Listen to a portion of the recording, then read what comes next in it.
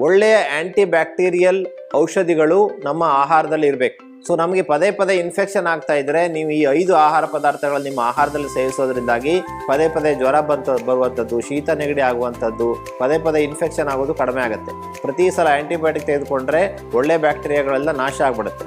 ಹಾಗಾಗಿ ಮೊದಲನೇದಾಗಿ ಪ್ರೋಬಯೋಟಿಕ್, ಮಜ್ಜಿಗೆ, ಮೊಸರು ಇರ್ಬೋದು, ಜಾಸ್ತಿ ಹಣ್ಣುಗಳಿರ್ಬೋದು, ಪ್ರೋಬಯೋಟಿಕ್ ಅನ್ನು ತೆಗೆದುಕೊಳ್ಬೇಕು. ಇನ್ನು ಟರ್ಮರಿಕ್ ಅಲ್ಲಿ ಅರಿಶಿಣದಲ್ಲಿರುವಂಥ ಕರ್ಕ್ಯುಮಿನ್ನು ಬ್ಯಾಕ್ಟೀರಿಯಾವನ್ನು ಕೊಲ್ಲುವಂಥ ವಿಶೇಷವಾದ ಶಕ್ತಿಯನ್ನು ಹೊಂದಿದೆ.